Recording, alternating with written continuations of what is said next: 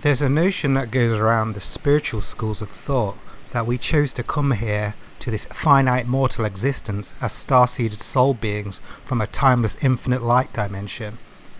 But to be conceptually absolutist about these theories of life is a bit of a fallacy really, as language could never do justice to what is really going on. It can only be descriptive and point to an intellectual sense of what this is really all about, which is a contrived map rather than the actual territory itself.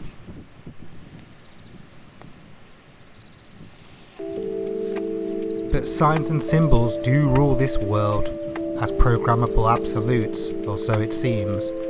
The weight of a program we use to inform us and our perceptions of this place that we then act upon has collectively projected what we experience on the world stage.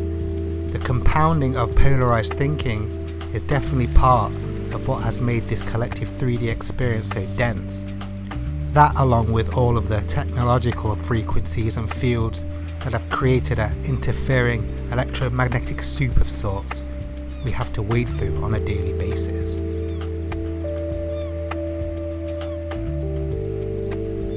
What you can think about yourself is not your true nature. The incessant inner dialoguing and inner critic is just an expression of the enclosedness of this realm. Our ethereal component of self is way more expansive than the conclusivity of the what you see is what you get mentality. Our light body just gets swamped and dims down by the heaviness of the collective unconscious whilst we are here if we're not careful with our conscious boundaries.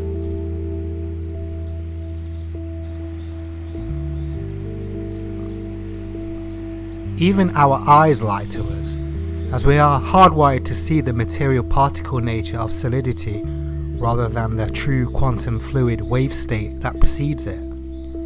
Because you can't see the DNA molecule unless it's enhanced energetically under an electromagnetic microscope. So physicality is a total illusion. Not to mention the literal non-percentage of the light spectrum that we actually see. That's something daft like 0.001%, or maybe even less.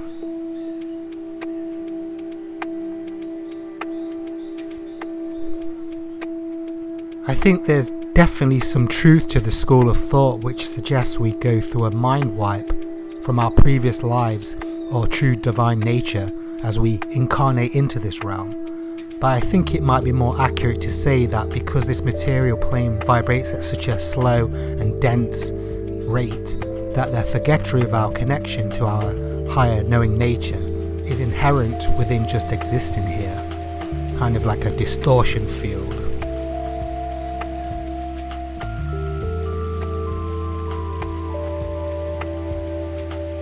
Important to build our plasma light bodies up and vibrate holistically out of a depressive stalemate, which seems to be the base level state of being in this realm. I think that's why therapy is so rife nowadays.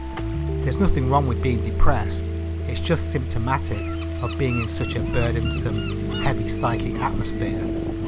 But once we realise that we can take individual steps to a more lighter state of being, that gets us out of that enclosed system of operating into a more open-sourced, joyfully synchronistic one, we can become immune to the distortions present.